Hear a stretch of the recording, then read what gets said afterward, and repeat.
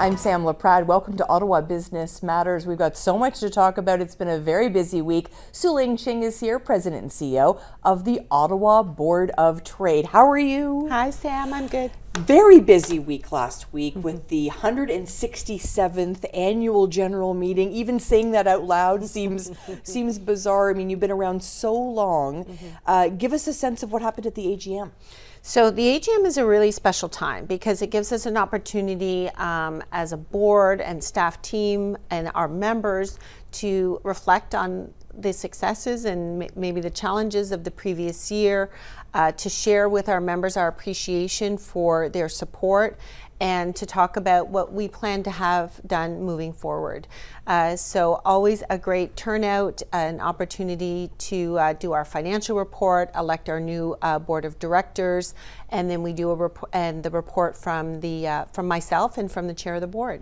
And it's funny, I very proudly on my LinkedIn said I'm heading to the AGM, and then it was the 167th, and one of my people in my network said 167th. I think they thought I got it wrong. No. But I didn't. But I think it's really important to sort of pause and think about the longevity of the Ottawa Board of Trade, and really you're thinking about the next decade. As much as we look back, it's about looking forward. Yes, so I mean, the Board of Trade has a long history of making a difference in this city, and it's been through many iterations, and it always responds to what's happening for the city at the time, but always in the interest of advancing our economic agenda and prosperity for all.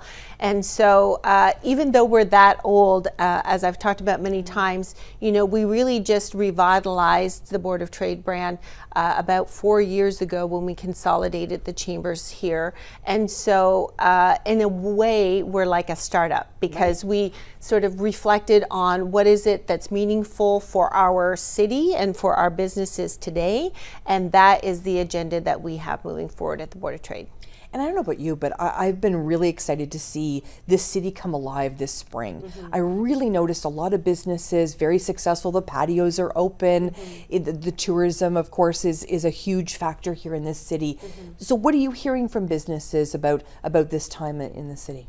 Well, you know, Sam, when I was thinking about at our AGM, I was thinking about this time last year. And, you know, at the beginning of 2023, we were still coming out of the pandemic a little bit, and so people were still hesitant, but that's not what we're feeling now this year. We're feeling like there is an excitement to get back together, an excitement to be involved, to look for ways to move forward. There are challenges facing businesses and our city, but there is a sense of being able to move forward for sure. Speaking about exciting, the 40 Under 40 event is always a big hit. That happened last week as well. What was the vibe of the night? It's always an exciting night, and celebrating our young leaders is a really important part of our agenda because these are the future leaders of our city, the ones that are going to be making the decisions that, you know, we're all making today. And so they're always very appreciative and very gung-ho at the event. And so we really do have a good time honoring them, and had a great showing for not just the recipients, but their networks and the community as a whole to celebrate them. And I think it's just to pause and sort of reflect on what they've accomplished as well. I find it really exciting. I think the night is always very positive, but these are also, some of them are members of the Ottawa Board of Trade now, future members of the Ottawa Board of Trade.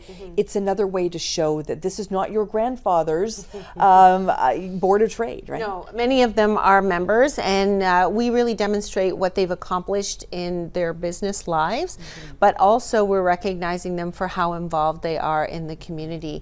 And so it's a great fit with our organization because we are interested in businesses being successful, in promoting an economic growth agenda, but also understanding how business leaders have to work together with government and community to make sure that we have a holistic approach to prosperity, because that's the way everyone wins. The other day I was on social media and I got this big announcement, and it was that Sonia Shorey has been announced as the president of Invest Ottawa. I couldn't be happier. I think she's worked very hard for that role. But the energy that she'll bring to that, I know you're excited as well. I am. I've really enjoyed working closely with Sonia as a VP at Invest Ottawa over these last few years. We consider Invest Ottawa to be one of our key economic partners, and so been so impressed by the work that she's done, and think that she will be a great fit moving forward. I think it's terrific that we have a woman leader in that role, and I know that she has a lot of exciting things planned for that organization, which is a really important part of our economic ecosystem, so focused on technology, which is a growing sector for us, and so many projects that they've already, moved forward and will continue to move forward. I had a couple of meetings recently at Invest Ottawa, and I decided just to sit and have a cold drink and just take in the vibe. There is some energy in that building. You can tell there's really exciting things happening. Really exciting things, and the work that they do to scale and grow businesses and promote businesses and address issues specifically for the knowledge-based economy is critically important. So we're lucky to have them and have them doing such a terrific job in our city. You've obviously in the last week, as you do every week, meet with a lot of members of the Ottawa Board of Trade at all these different events. For those that may be listening and thinking, is a membership to the Ottawa Board of Trade for me? What advice would you give them? Well, first the answer is yes. Of course, yes. And we were just talking about that this past week. Every business in Ottawa has a place at the Board of Trade. The entity only exists to serve our business community, and it's only as strong as the number of members, the caliber of members, and the diversity of members that we have. So our unique value proposition is that we serve every size and sector of the business community. We represent their interests as it relates to creating a competitive business environment, getting resources directly to them to help them scale and grow, and being involved with economic partners in city building objectives. And today, particularly post-pandemic, we're more aware as ever of how everyone is connected, and how things like investments in infrastructure and community well-being and health and education are all connected to our ability to grow businesses and be successful. And I think people will be surprised that there is a level as well that will suit every business, which is an important piece. So we're very thoughtful of making sure that that there is a path for every business to be involved, and we deliver the services that are appropriate for that business, whether it be to give them opportunities to promote themselves, to educate and develop their staff teams, to access programs that will help save them money. We have all of those services, but the one thing that all of the businesses do benefit from is this idea of us advocating on their behalf at every level of government. So. And you do that really well. I mean, we potentially will have a couple of elections coming up, and I think certainly on my mind and on anybody that owns a business in this country is, what will that mean for my business? I mean, that's where you're at the table. I mean, you get invited to meet with ministers at all levels. You get obviously to meet with the mayor, council. You play a really vital role there, and going into potentially a couple of elections. How are you feeling about? Yeah, so policy really does matter, and so we are nonpartisan, of course. So we work with whatever government is in power, but policy really does matter. It can change how a business can succeed, and it can change how a city can thrive. So we're honored to do that work. We have a collaborative approach, if you will, where we understand that all of us have the same goal essentially, which is the success of our city, of our province, and of our country. We may not always agree on how we go about doing that, but we have a collaborative approach for sure, one of open communication and transparency. We feel very confident in the local representatives that they have, that they want to work together in that same way. So I'm feeling confident about it, but I do feel as though it's more important than ever for us to galvanize business and community leaders and to make sure that we're very on message with what it is that we're asking for. And to be frank, I feel like, you know, government officials and decision makers need the help of the private sector to guide our path forward and to look for a way to engage the private sector and leverage, you know, their contributions and their ingenuity and their innovation and hard work and resilience and use that as part of the agenda to move the whole community forward. Absolutely. We only have a couple minutes. It always goes so fast whenever we're chatting. You're a small but mighty team, and I think people would be surprised on you know, what you accomplish with a small team, and you've got this board of directors.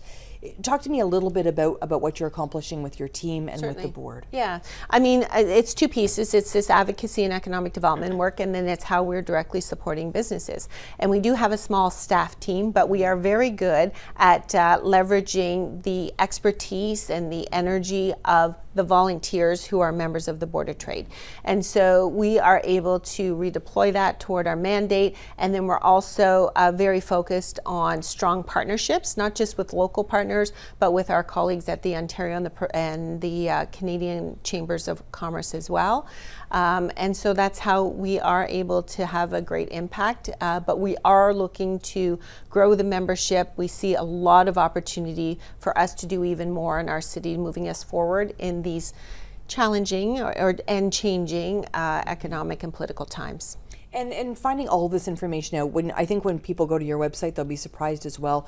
We can find all the shows that we've done together, but lots of information there. Where are we sending people? Yeah, so ottawabot.ca is where people can go, and then you will be directed to projects that we've done, like our downtown action agenda, livingcapitalottawa.ca, as well as capitalmag.ca, and then of course our show here together, the Ottawa Business Matters as well. And you mentioned Capital Magazine. We're seeing a new release coming soon. Give us a shout where we can find that. Sure. So it'll be capitalmag.ca, and it's being launched on June the 26th.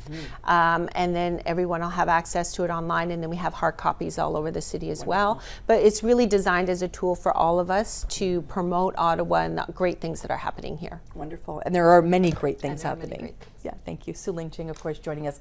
She is the president and CEO of the Ottawa Board of Trade. When we come back, we're heading to the city of Ottawa to meet the city manager. Stay with us on Ottawa Business Matters.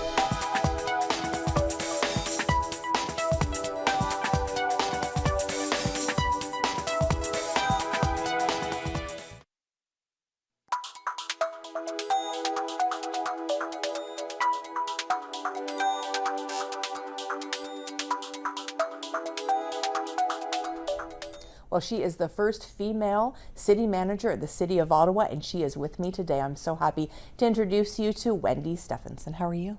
I'm great, Sam, and I just want to say thank you so much for having me here today. Oh, I'm so happy to have you here. I remember when you I know what you're thinking. So when you first got appointed, I was hounding your team. I was like, I need to talk to Wendy. Because, well, first of all, I had seen you in your role and seen you obviously working at the City of Ottawa for a very long time. But I just wanted to personally say how happy I was that you got this role and that there was a woman in this role. There's something about women leadership. So how's it been? It's been amazing. I'll be very honest. I always say every day is different. You never know what you're going to get. It's kind of like Forrest Gump and a box of chocolates, right? Yes. But the first year has been absolutely incredible. And I think if anybody knows me, and you know me well, in terms of promoting female in leadership positions, really important to me, really important to my tenure at the City of Ottawa. When I look at the number of female leaders at the city, we've got about 54%, which is amazing. We're tipping the scale. And then I look around the senior leadership team and I look at women who are in those non-traditional roles. We've got Renee Amilcar, who's sitting as General Manager of Transit. We've got Tammy Rose sitting in infrastructure, again, a very non-traditional role. We have our very first city clerk, who is also female. And so for me, seeing women in leadership roles, I think it really lifts and provides that mentorship to others to say, hey, I'm willing to take that step. So it's really fantastic. That's wonderful. And the Ottawa Board of Trade in the City of Ottawa, I mean, you have to work together in order to make sure that this city is supported well. What does it mean when you think about business in the City of Ottawa? business is so important in the city. I mean, I probably talk for more than my 12 minutes that I have here this morning, but working collaboratively with the Ottawa Board of Trade is absolutely key in terms of getting that economic, I'm going to say almost not transfusion, but, into the city in terms of boosting us up as to who we are, to be able to retain and attract business in the city, but also people, employees, tourism, so important. And we're so excited and we're so happy to collaborate with the Board of Trade in terms of the Downtown Action Plan. It really sets out some very meaningful steps for us to take, and I say it's a very collective effort, right? In terms of the City of Ottawa, we look at our partners in the business community, other levels of government, all really coming together to deliver on that plan. And I think it's, I love they put some numbers to it and deliverables and timeframes. I think it's really important. What I loved about the action plan, and of course this is a business show, we talk all things business, but I loved that there was a real emphasis on housing as well and bringing people to live downtown. So it's live, work, and play within blocks of each other, which I think is what the city needs. I agree. And you think about the number one priority, I'm going to say across every level of government these days, is housing. It's important to us, it's important to the province, it's important to the feds. So having that focus, I think, is a great focus. I go back to pre-pandemic times, right? 2019, our city was like hustling, bustling. I say the economy was on fire. We had the pandemic. We've come to our new reality. Things have changed. But you know what? We need to shift, right? In terms of how we respond to that. And when you look at this plan, it's really going to lay out some of those really great steps in terms of making those investments in housing being one of them. Mm-hmm. Do you ever sit back as the city manager and think, oh, we're pretty cool? Like, we've got Blues Fest, we have a new music venue, of course, coming as well to the Byward Market. I mean, you've got the Ottawa Senators, the Red Blacks. I mean, this is a hustling, bustling town. I get a little bit bristly when someone says this is a boring city. I have to agree with you. It's not a boring city. It's not a boring city. It's a great city. I wasn't born here, but I came here, I'm not going to say when, to do my university degree. And, I've been here for 30 years. And, I now consider this my home. It is an amazing city. We have a great nightlife. We have natural and built assets. We have a wonderful tourism economy. You look at our technology and the investments that are happening with respect to entrepreneurship and technology, incredible. There's so many things. I mean, I can't even speak to all of them, but it is an incredible city, and there's just so much for the taking, no matter who you are. 100%. And I also think we obviously focus a lot on downtown, and so we should. I think everybody should be thinking about downtown, whether you live in Orleans or Stittsville and everywhere in between. But I also think it's important to support those businesses that are where we might live. I mean, I live in Richmond, everywhere from, you can think about deep east and deep west. Those businesses as well are really important to the City of Ottawa. Absolutely. And you look at our makeup, right? We've got an urban, suburban, and rural makeup. We've got traditional main streets, thinking about where you live. And that's the fabric of your community, right? Mm-hmm. And I think about where I live as well. It's like you've got those places that you are going to go to, right? And that's, where you're going to spend your time, you're going to make your investments, and partake in the services that they offer. And it's great because it's vast. It's across our entire city. You can spend time in your community. We want walkable communities, 15-minute neighborhoods. But I also know I can go downtown. I can go to one of the markets, say in Westboro, et cetera. And, I'm not going to mention them all, but there's fabulous things that we have everywhere. Mm-hmm, absolutely. What would you say to somebody that is trying to attract talent to businesses here? I mean, we hear about that talent drain. Things changed during the pandemic. Very much it was a candidates market in terms of I want to work from home, I don't want to work from home, all of those things. What would you say when we talk about the retention of talent in the city? So, it's funny because I often hear why Ottawa, and I want to change the narrative on that because I think it needs to be, of course, Ottawa. Oh, I love that. Can I steal that? Absolutely. Okay. That's the conversation we need to have. We have amazing, as I said, natural and built assets. Just look at the green space we have around us, the communities that we have, the employment opportunities. I had the pleasure of sitting beside Claudette Commanda last week. Amazing moment.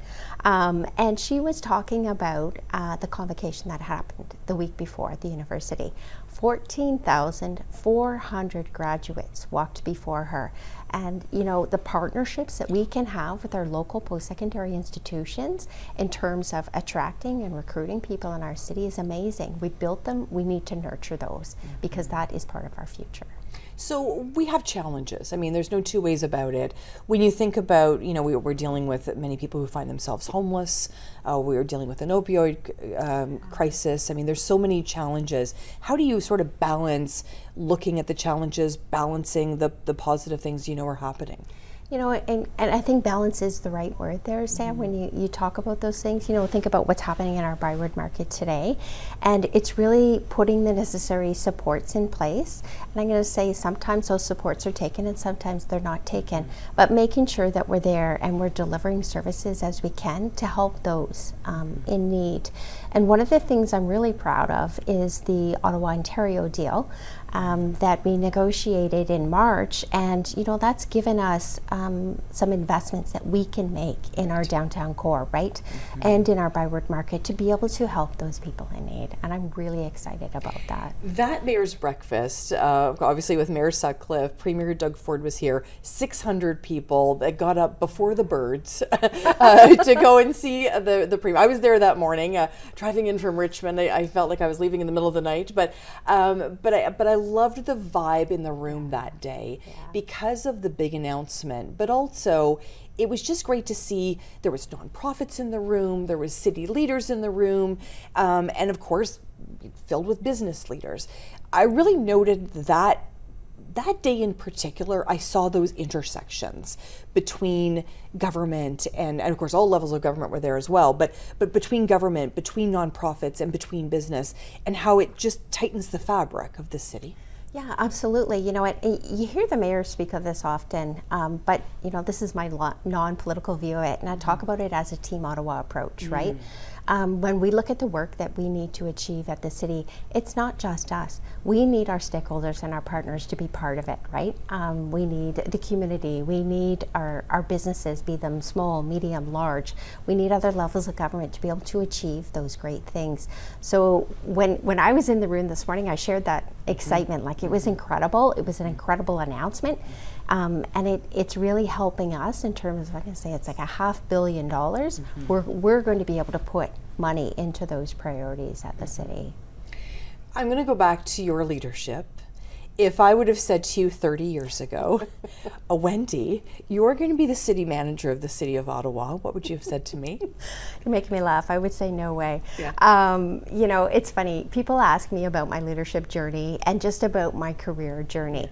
I am someone who never had a path. I never set, you know, I'm going to do this, I'm going to go there. I go where I enjoy the job and I enjoy the people that I'm working with. And that's exactly what I have now. I feel so fortunate in terms of the team that I have at the City of Ottawa. And I want to do a shout out because June is Employee Recognition Month at the City of Ottawa. And so I just want to say thank you to all of the staff at the city. They do an incredible job every day. They make me proud, and you know, that just makes work enjoyable. When you pull into City Hall, does it hit you sometimes that you have a big job? It is a big job, but you know, it's like day by day, hour by hour, Sam. You just take it as it comes, and I think, you know, that's just the reality of it. As you said, there's great things and there's challenges, but we have to roll up our sleeves and deal with that. Yeah, and I find it just an exciting time. Like, I find the LRT piece exciting. I know we've had our challenges, but I still find it, you know, it's coming. I know it's coming. Yeah. And in terms of it being a full system. And then we've got all of these culture opportunities and you know, the downtown action plan. I just find it's, you know, some people kind of, you know, in a bit of an adolescence, but I think we're maturing, and I think in 5-10 years from now, we're going to go, oh my gosh, like, we look back and just realize what a beautiful city we've created. You know, you make a really good point, and people hear me talk about this. I say the same thing all the time, whether I'm walking, cycling, driving around our city, and I'm going to say, go back 10 years, go back 15 years, go back 20 years, right? Fast forward to today, it is not the same. Our city has grown up, and you look at the investments that we have made, and it's not just the city. You know, look at all of our partners as well. The city has matured, it's grown. We have great things, and there are great things to come. Again, there's challenges, but there's good things to come. I can't believe it's been a year since you've been in this business. When you said a year, I was like, where have I been? Fantastic. Wendy, thank you so much. Appreciate it very much. Oh, thank you, Sam. Wendy Stephanson joining us today, City Manager of the City of Ottawa, doing a fantastic job there. When we come back, Brendan McGuinty's in the hot seat. Come on back to Ottawa Business Matters.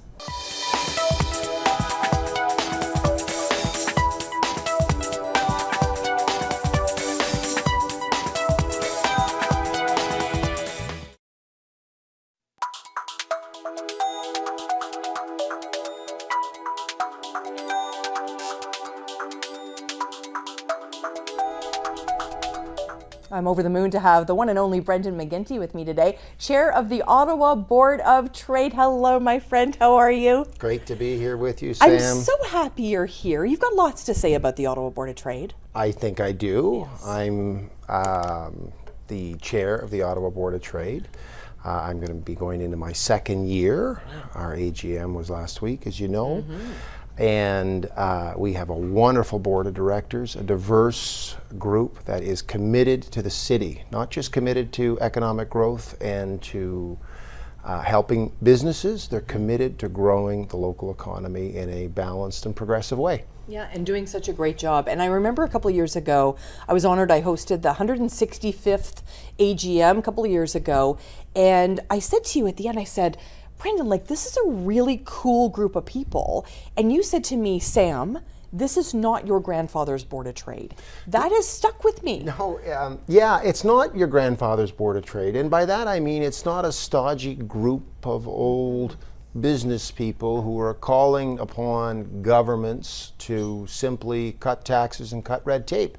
This is a group of committed staff, volunteers, and board members who understand that in order to have a strong local economy, you have to work and collaborate with our city, with our federal government, our provincial government, our not-for-profit sector. You got to bring labor along with you so that we can grow a strong and balanced economy. If you have a strong local economy where the backbone is not just government, not just our federal public servants and provincial and municipal public servants, it's a community that comes together to rise all boats, if I can put it that way. So it's terrific. And when I looked at that day, and no different from the AGM last week, like lots of women, diverse group of people there, and each there representing their business, but beautifully coming together to represent Ottawa. 100%. We have a very, very diverse group of members and board members as well. And this is not the Ottawa you and I grew up in. Right. This, Ottawa really is not only the capital of Canada, it really is a microcosm of Canada. We represent every kind of person that comes here, whether it's gender or religion or ethnicity, from around the world. And you know what? We're making it work.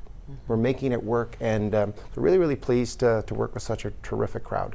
So I've heard you speak a couple of times. City Building Summit, of course, was a day that I thought every single person should be there. I was looking around going, oh, so-and-so should be here, so-and-so. Like, I think that room could easily have 5,000 people in it. Agreed. The messages that day from everybody, including yourself, very, very strong. And then, of course, speaking at the annual general meeting.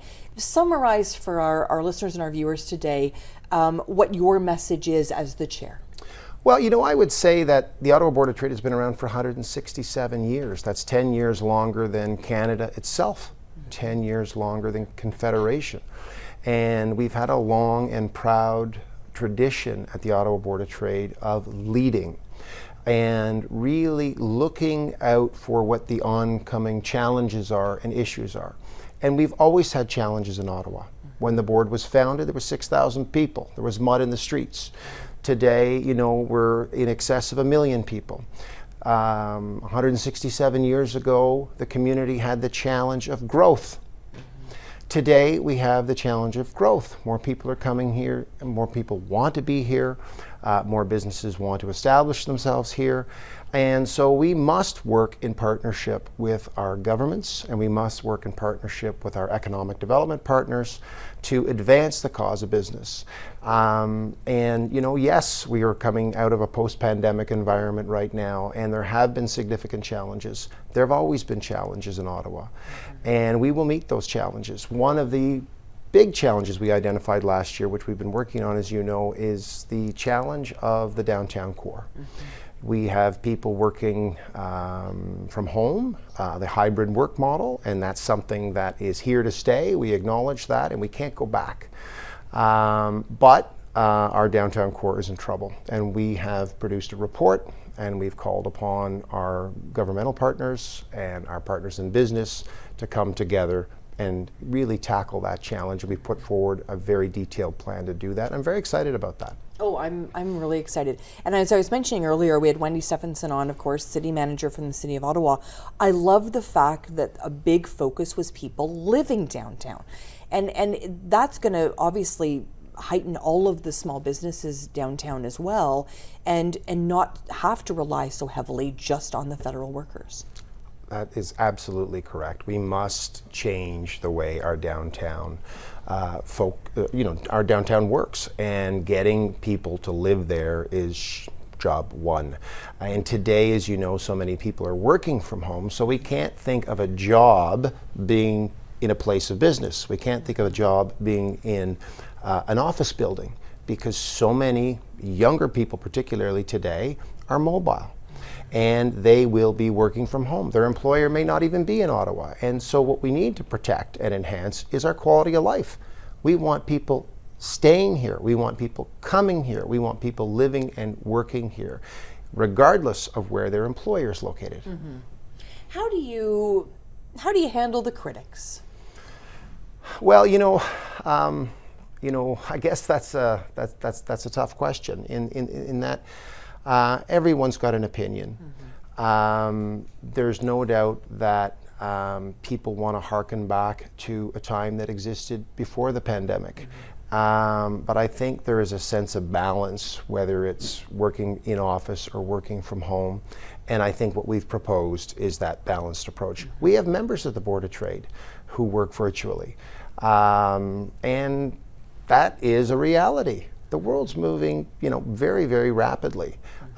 Change is constant, and if we don't adapt and move forward together, then we're in real trouble. So that's basically the approach we try to take at the Ottawa Board of Trade. And I honestly think that the more people that really sit down and read that report, take the time to read even the executive summary, because it's quite a big report, even the executive summary, will get a sense of the fact that this is a collaborative approach. The Ottawa Board of Trade isn't doing this on their own.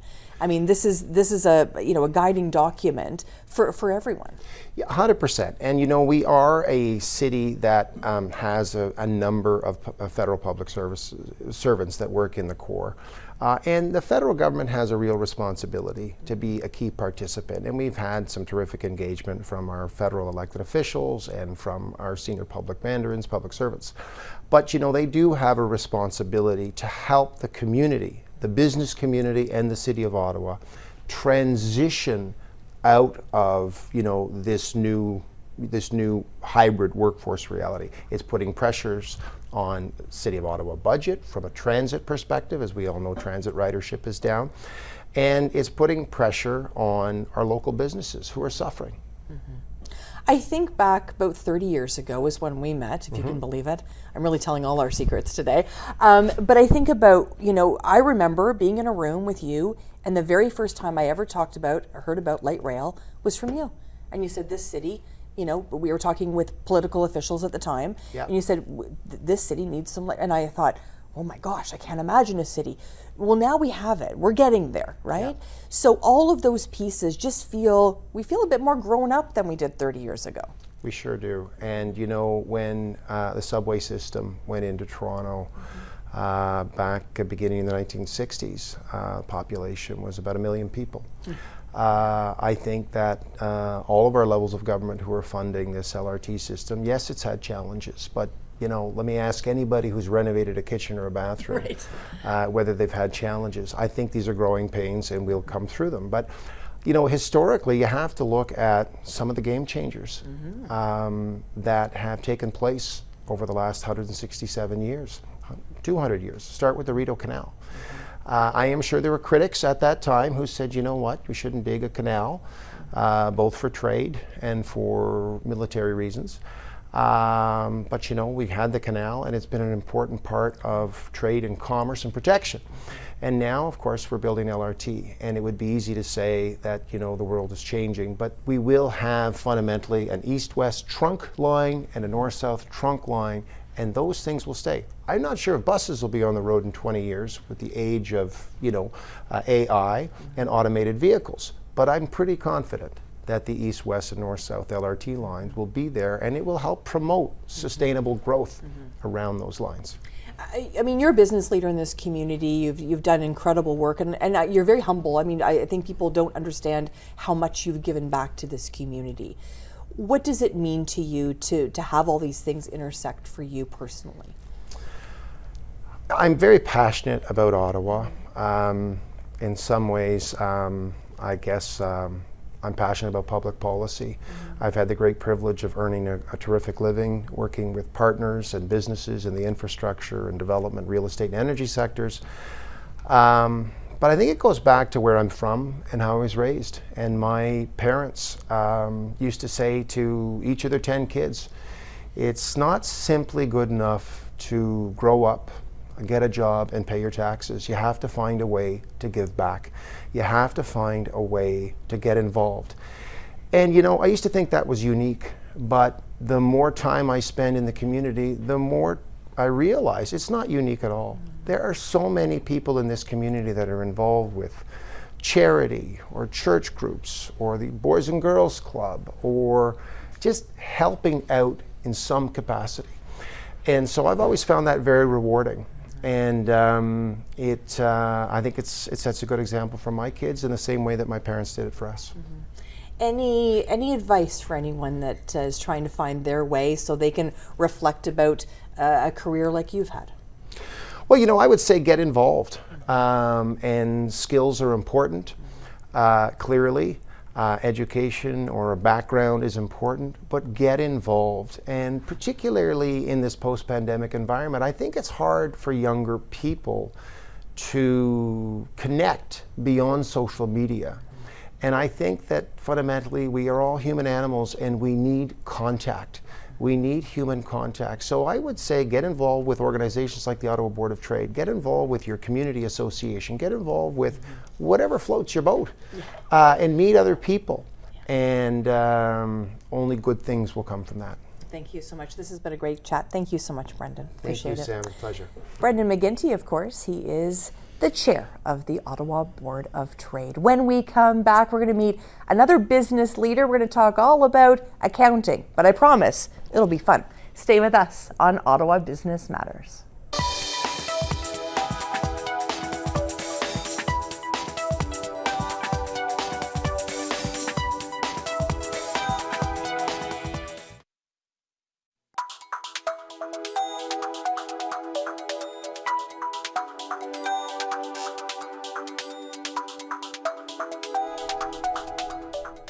Well, I'm so excited to welcome a recipient of 40 Under 40 Awards recently, and that is Eric Saumure from Zenbooks. He is the principal there. How are you? I'm good, yeah. So you had a very exciting night.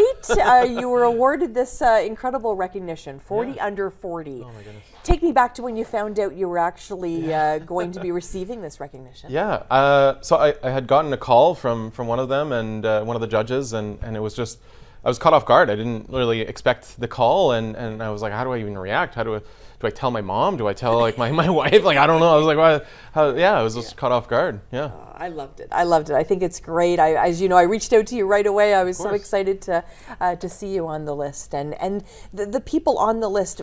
Everybody's got their own story, right?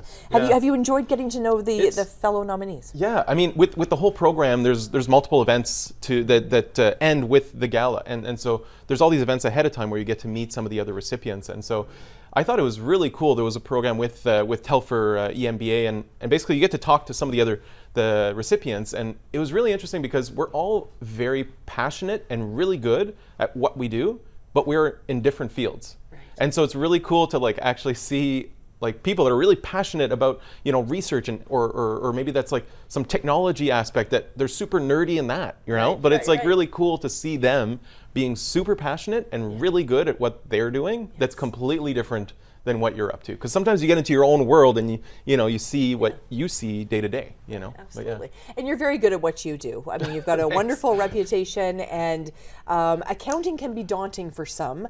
I will just say it scares me. I would rather speak in front of 50,000 people than do my taxes. Yeah. So talk to me a little bit about how you wanted to do Zenbooks different from other firms. You really wanted to make it a different experience. Yeah. So I was at a large firm before, and I think me and my business partner, we have some drinks around the campfire, and we joke about how there's a better way of doing things, and eventually we decided to do it. So we kind of laid out what exactly is the difference, right? Like and so we tried to adapt to technology much faster, because there's been a big wave in the last 7 years of new apps available to small business owners, but it's just too daunting for business owners to figure out which app is actually good, which one just has a really good, website that promises all these things but isn't really good, and which one should you adapt, like which one should you actually put into your business, because it's a big investment in time and energy to kind of put together new apps in your business. So true. So for us, it was kind of like, there's a way to kind of modernize the accounting experience for small business owners and for nonprofit leaders that also allow for real-time information for these organization leaders, right? Because traditionally accounting is so, 6 months, a year behind, right? And so if you could try and be more fresh with your reports on a monthly basis, then you can actually have advice on a regular basis. And so that's really the big change, is that we talk to our clients on a weekly or monthly basis, whereas the traditional firm would talk to them, once a year, 6 months after they finished their year end, right? Yeah, no, fair enough. You've done some incredible things. But not only, and I love this about 40 Under 40, it's not only what you accomplish at the office, it's also what you accomplish by being out in the community, by being active, being a board member, all of those things. And of course, we saw you at Evening in the Maritimes, being at events, all of those things. So give us a sense of why all that's important to you. Yeah, I mean, so for me, like going through school, that was a big time where I was volunteering a lot of my time. I was, getting involved, getting to know people and stuff, so through my volunteer work. And the last couple of years after kind of starting Zenbooks, I kind of put my head down, just kind of like did my work and grew the business. And so I felt like I was at a point where I was like, okay, now it's time to actually go back to my community roots and give back and in some way. And so I found that that's also the fun part, of like a professional life, is like actually having the little cream on top is all the little volunteering stuff that you get to do, the people you get to meet, the experiences that you have that are outside of your traditional job, right? And so so I ended up getting involved with Cystic Fibrosis Canada as one of my major kind of volunteering opportunities. So I'm a recent board member there. I was part of their audit committee and finance committee. So to me, that was a very important personal cause. Yeah, and I love that.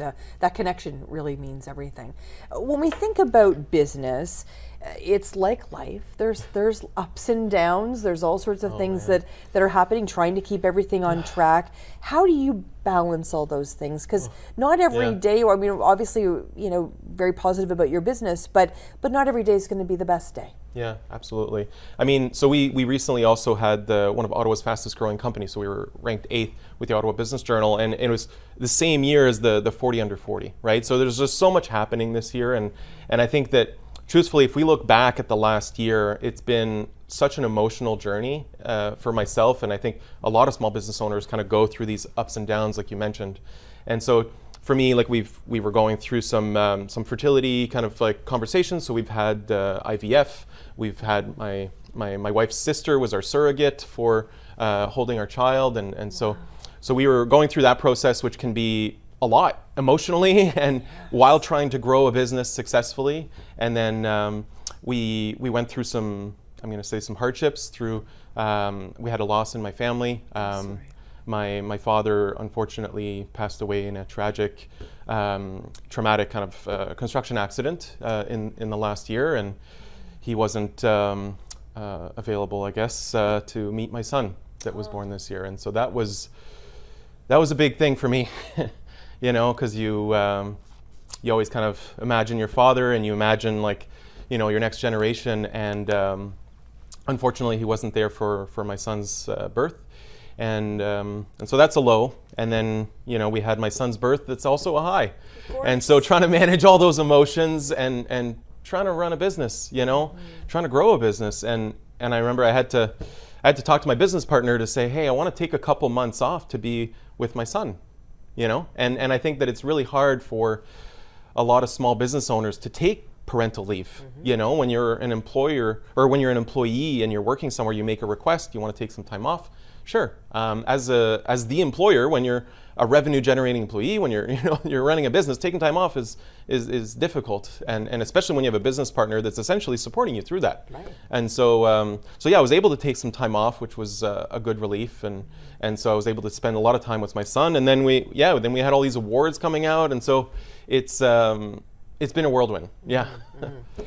But think about it, Eric. That wouldn't have happened 20 years ago, where a business owner would say, I want to stay home. It's very rare for a dad to be able to do that. But I really commend you for doing that and knowing that it was going to obviously be challenging on your business partner. But then all of these accolades and everything coming out of it has been the cherry on top. Yeah, it's kind of, you know, all in the same year. We obviously would have been great to have my father around for those accolades and for him to be at the gala last week, but we have his memory, and we still can celebrate in our own way. Absolutely. Yeah. What advice would you have for someone that's working at a big firm, thinking I can do things differently, and actually then going, I'm going to do it? Yeah. Advice for them. Yeah, I mean, to me, any firm you work at, whether it's the large firm or whatnot, like, you're going to have your own opinions. You're going to want to do things your own way, and sometimes that'll be a good way. Sometimes it might not be. And you know, there's been certainly some learning curves where I felt there was a better way of doing something, and it turns out the original way was actually pretty good. And in many cases, the new way was actually much better, right? And so I'd say that just because you think there's a better way of doing things doesn't mean that every decision you're going to make is going to be an improvement, but it does give you that freedom, and you can be yourself. You can act the way you act. You can be creative. You can get the kind of clients you want. You can work with the people you choose. You can, you know, have that control over your day-to-day that I think a lot of people would prefer. And speaking about clients, I mean, think about the business-to-business opportunities as a member of the Ottawa Board of Trade, right? I mean, you're at these events. I see you there, you know, kibitzing with others. And someone says, hey, Eric, I'm looking for a new account. Well, come to Zenbooks, right? Let's do it. Yeah, I mean, so some of these events are just so much fun to go to, right? Because like, for me, I work from home or behind a screen. So going out, putting on a nice suit for the day is like fun. You know, you get to shake some hands, you get to meet some people, and to me, the biggest joy is that in my role a lot of the times is to actually talk to prospective clients and to kind of figure out if we can actually be helpful for them. And so for me, the big joy is actually learning about the passion that each business owner has about their area of expertise. You know, they might be a dance studio teacher that's like really good at that, but they don't know accounting or tax, you know, and you might have another person that's a hairstylist. They're really good at what they do, but they're just not good at accounting or business. And so to me, it's really cool to see very passionate people that are involved in their own communities in their business. Yeah. Now, I think back to an interview you and I did on radio. We did a few, but the very first one, you were holding CRA to account. Talk to me about that. Oh my goodness. Yeah, so we did a petition to extend the tax deadline, and basically there was a strike happening with the employees at CRA, and there was just no support. When you call in, you'd be waiting hours and hours, like 4 hours or more, and people were expected to just basically do their tax return, but they're not allowed to ask any questions. And so it just felt wrong, and it felt like the people needed help and they needed more time to sort out their challenges. And so to me, I was really passionate about that because it was just like, this just seems wrong. Like, someone needs to say something. And so I felt like I was in a position to kind of like talk about it. And then this petition blew up. Like, we got there was 30,000 signatures in like 2 weeks or a week or whatever, and it was just wild. Yeah. I think I was one of the first interviews, but you went on to do many, many Oh my interviews. goodness, Every time I yeah. turn on the TV, I'm like, there's Eric again, there's Eric. And social media, you were Yeah. everywhere, which Yeah. which is great. But that's also brave of you to kind of step out as a business owner yourself and take on the government. Oh my goodness. Yeah. I mean, truthfully, this was like the last week before the tax deadline too, right? So I've got actual taxes to do. And in the meanwhile, I forget, I think I was like 20 media interviews in like a week, in literally the busiest week of like the year. But I felt like it had to be done. Like, and I think most accountants prefer to stay behind their desk and to kind of do their work, and they're not kind of there to kind of like exclaim themselves. They're not extroverts, and I'm not an extrovert either. But I felt like I was in a position to actually talk about it, and I'd like to advocate for people who couldn't. Yeah. Now, talk to those people like me who are a little bit nervous about taxes and about accounting. And the wise words that you gave me once is just ask, and just ask for help. Yeah. I think a lot of us have a hard time doing that. Speak to those people right now. Oh my goodness. Yeah. I mean, truthfully, the CRA is not as daunting as you might expect. So if you can't afford an accountant, first of all, you can just call the CRA and ask them questions. They're super nice. Like, they're not gonna like, come after you or whatever. Like, they're super nice to you. They kind of switch when you start lying to them, or when they start to find out that you're telling them like, non-truths. Then they accelerate, they escalate very quickly. But they know that most Canadians have no idea what they're doing. So you can call up. I think that truthfully, like when it comes to penalties, like, it all comes down to how much you owe, right? So if it's on your personal taxes, and if you're the average Canadian, you probably don't actually owe any money. So like, you could probably, I don't want to advocate for filing late, but there's not as big of a penalty if you do file late, right? So you're probably not in as bad of a situation as you might expect, but it is good to kind of just know where you're at. Right. Because if you're self-employed, you're gonna have taxes owing, because basically your employer's not taking the money off your paycheck. So that's a situation where you probably want to get that caught up. Yeah. Great advice, as always. Thank you so much. Thanks, Sam. Eric Saumure joining us, one of those recipients of the 40 Under 40. Congratulations to all of them. Thanks to all my great guests today here on Ottawa Business Matters. I'm Sam LaPrade. Thank you for joining us. That's great.